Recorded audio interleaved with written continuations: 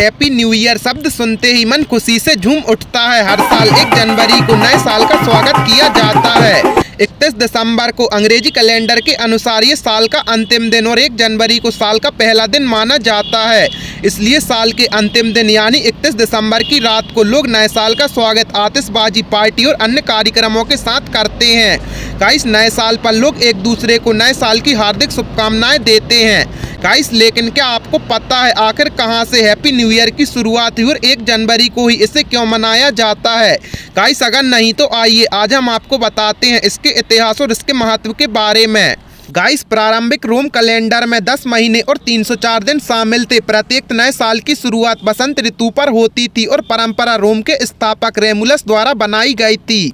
8वीं शताब्दी ईसा पूर्व के बाद राजा नुमा पोम्पिलियस ने जनवरी और फरवरी महीने को जोड़ा और सदियों तक यही रहा।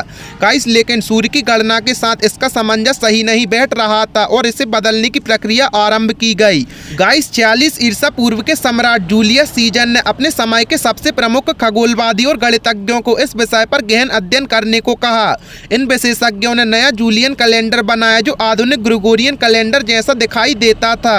गाइस, इस नए कैलेंडर का उपयोग अधिकांश देश करने लगे, जिसके बाद सीजर ने 1 जनवरी को साल का पहला दिन घोषित किया, जिसके बाद हर साल 1 जनवरी को नया साल के रूप में मनाया जाने लगा। गाइस, मध्ययुगीन यूरोप में ईसाई नेताओं ने अस्थायी रूप से 1 जनवरी को वर्ष के पहले दिन के रूप में प्रतिस्थापित किया, जिससे अधिक धार्मिक महत्व होता था। जैसे कि 25 दिसंबर यीशु के जन्म की वर्षगांठ और 25 मार्च उत्सव का पर्व।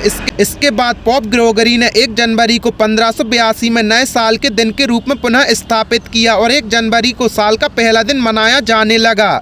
गाइस, भारत समेत कई देशों में नए साल का जश्न 31 दिसंबर की शाम को शुरू हो जाता है, जो कि 1 जनवरी तक रहता है।